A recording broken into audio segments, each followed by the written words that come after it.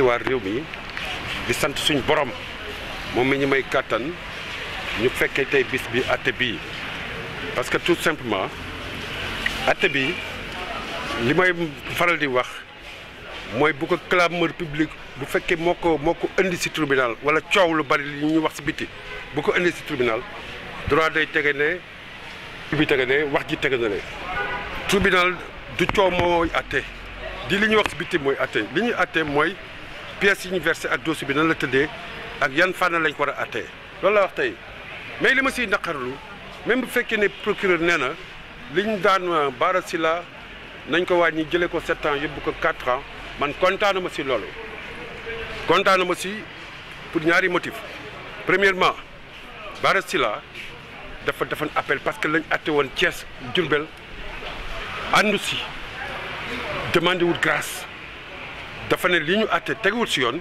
ñu ngi koy poursuivre na dafa liggéey affaire pharmacie te waru ko liggéey dafa def contrebande c'est-à-dire fraude douanière dafa déggoo ak ay nit pour def ay délits muy association de malfaiteurs moom nee na yooyu ñu koy toppee yëpp defu si dara te ñun bi demee di ko plaider Diourbel aussi wane nañ ne si suñu xam-xam ak li ñu jàng loolu dara lu si dëgg tribunal àtte na ko tëj ko 7 ans ne li ñu koy toppee yëpp dëgg la def nañ appel parce que ànd nañu si bu ñëwee tey ñu ne dañ ko jëlee 7 ans yóbbu ko 4 ans bu dee ku xamul dara day wax man de kontaan naa mais man kontaan ma si parce que li ma même bu dee 1 an ànd ma si man li ma ànd mooy Bara Sylla dañ ko war a setal ba mu set wecc nee nañ 1 milliard 300 millions la comprimé di jar mais Bara Sylla du matériel am dong moo nekkoon si camion bi camion yi am na keneen koo xam ne ni turam mi ngi si muy Ismaïla am na keneen koo xam ne turam mi ngi si woon muy Aziz mais Bara Sylla lañ focaliser tout simplement parce que moo dëkk Touba mais moi je me dis que c'est pas à des occasions comme ça qu'on fait le procès de Touba toujours ñu ngi wax si Touba moo def li Touba dépôt pharmacien yi bu ñu bëggee régler problème Touba xam nañ fu ñuy jaar nañ dem wax ak waa Touba nañ dem wax ak autorités yi mais duñ profité si benn cas rek pour bëgg a sànni xeer Touba Touba dëkk du état dans un état Touba du république dans une république Touba am na gendarmerie ña fa nekk dañ leen atte Bara Sylla Touba la dëkk ñu ngi koy atte tey kon nañ bàyyi ñu ngi wax Touba légalité ma si am ensuite boo gisee ànd ma si mooy tey dañuy jàpp Bara Sylla di ko atte en tant que sénégalais am kenn beneen naataango boo xam ne dañ ko jàppoon tëj ko 5 ans ñu bàyyi ko mu dem mi ngi dëkk benn pays boo xam ne c'est de la sous-région Bara Sylla mooy nga xam mooy sénégalais di daan dooleem bëgg réewam moom ñu ne lañ koy atte may ñu ko grâce demandé wu ko sax d'ailleurs mais keneen ku ñu may ko grâce dafa def indi benn gêne benn problème de conscience yéen ñii fi nekkoon tey xam ngeen ne am na problème de conscience fee procureur wax na ko nee na éthique ak équité moo tax mu demandé ñu ramener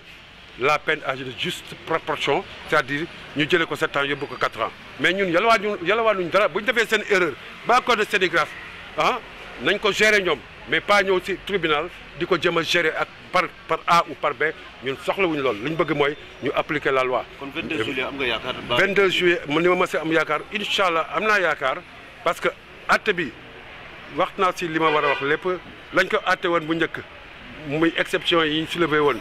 te topp ñu si ñëwaat nañu réitérer ko devant la cour d'appel parce que lu ñu bëgg mooy Bara Sylla ñu ngi ko jàppee Dakar Castor zone de captage daf arrêté ko yan condition lañu ko arrêté ñu arrêté ko ñëw andi ko Diourbel enquête ko te waxuñu ko ki ko war a assister muy avocat mu fekke ko du loolu moo am mbërki dem suivre ngeen ak Thione Seck jërëjëf. Du parquet ne me satisfait pas même s'il a demandé de ramener la peine de 7 à 4 ans, cela ne me satisfait pas pour un double motif. Premièrement, moi je suis contre même le principe d'une condamnation pénale de Bara Sylla.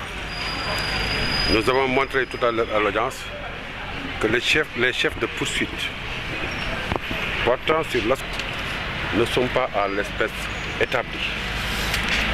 Et je le disais dans ma plaidoirie, il ne faudrait pas que ce dossier soit porté par satisfait de cette décision pour la bonne et simple raison que aujourd'hui, vous comme moi, vous avez senti qu'il y a quelque part de la gêne dans ce procès.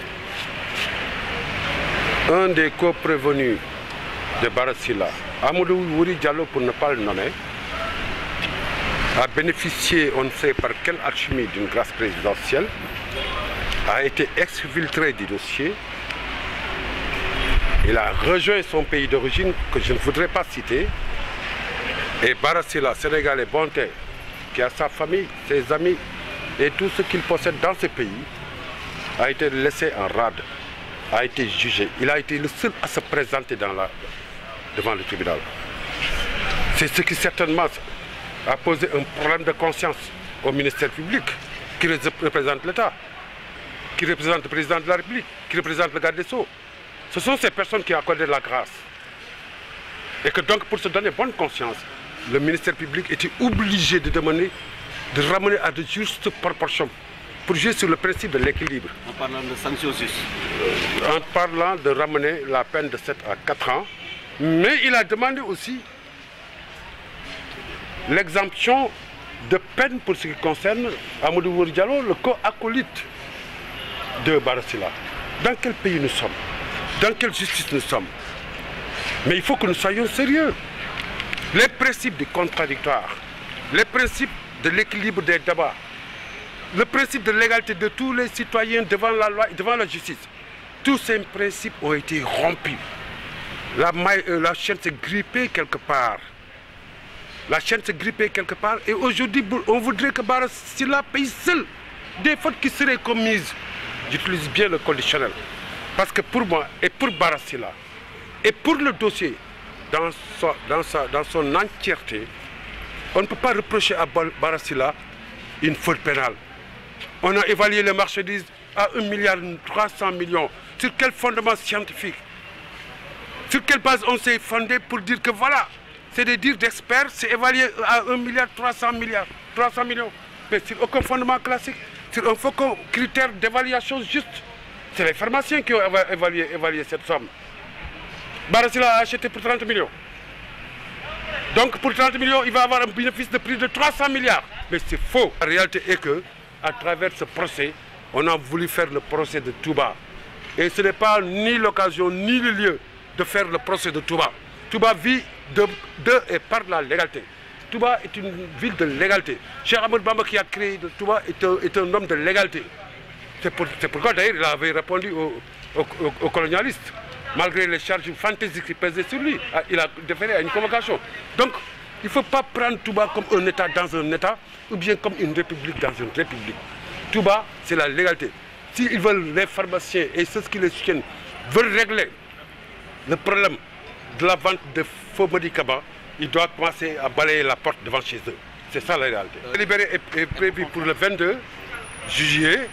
Nous avons soulevé des exceptions sur la forme parce qu'un procès, je le disais, c'est d'abord la forme avant le fond. Nous avions en première instance dit que les droits de Bara Sylla ont été violés. Il a été interpellé, arrêté à Dakar, déféré devant le procureur, enquêté sans assistance aucune d'un conseil conforme à la loi. Ces droits ont été bafoués et nous avons demandé à la Cour de rectifier le tir avant qu'il ne soit trop tard. Parce qu'on ne badine pas avec les droits de la défense. Les droits de la défense ont été violés. Bara Sylla en a pâti, il est en train d'être rejugé et je crois que cette fois-ci, le droit sera dit et bien dit. Et ce sera bien pour notre dossier.